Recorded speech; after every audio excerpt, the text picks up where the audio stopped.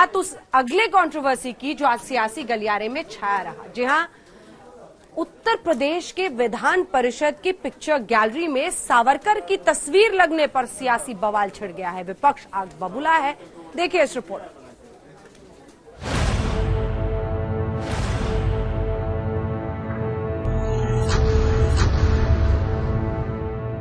एक बार फिर सावरकर के अतीत का पन्ना कांग्रेस ने खोला और वर्तमान में भारतीय जनता पार्टी पर निशाना साधा। अब की बार हमला राहुल गांधी ने नहीं बल्कि उनकी पार्टी के एमएलसी की तरफ से बोला गया। मामला उत्तर प्रदेश के विधान परिषद में लगाई गई सावरकर की तस्वीर का है। मंगलवार को योगी ने पिक्चर गैलरी का लोकार्पण किया था, लेकिन गैलरी में सावरकर के चित्र पर कांग्रेस को आपत्ति है। कांग्रेस के एमएलसी दीपक सिंह ने कहा कि जिस गैलरी में देश के क्रांतिकारियों के चित्र हैं, उसी गैलरी में रिहाई के बदले अंग्रेजों से माफी मांगने वाले सावरकर का चित्र क्यों लगाया गया? कांग्रेस के नेता और कांग्रेस के एमएलसी, ये सब लोगों को इतिहास पता ही नहीं है। ये इतिहास सीमित रखना चाहते हैं परिवार तक की। कांग्रेस के एमएलसी को तो इतना ही देख लेना चाहिए जो उनकी नेता इंदिरा गांधी जी ने कहा था जब डाक टिकट दिया था, कहा था कुछ भी हो जाए मगर एक बड़े योद्धा थे, इन्होंने राष्ट्रभक्ति की गाथाएं लिखी हैं, ये सब उन्होंने कहा। कांग्रेस को अब जो राष्ट्रभक्त हैं इस देश के, जिनका इतिहास में नाम होना चाहिए था, उनको अपमान करना बंद करना चाहिए।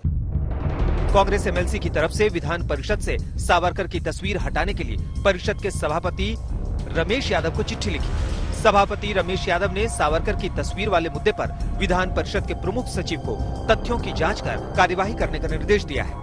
सावरकर की तस्वीर पर कांग्रेस के विरोध पर बीजेपी ने मोर्चा संभाला। कांग्रेस को इंदिरा गांधी की टिप्पणी याद दिलाई। जो यातनाएं सावरकर को दी गई, जिस तरह से उनका उत्पीड़न हुआ और जिस तरह से उनको लांछित करने का प्रयास किया गया, वो अपमानजनक है, त्रासद है। तब एक दो दलों के ऐसा कहने से कि इनका फोटो नहीं लगाया जाना चाहिए, ये एक राजनीतिक टिप्पणी है।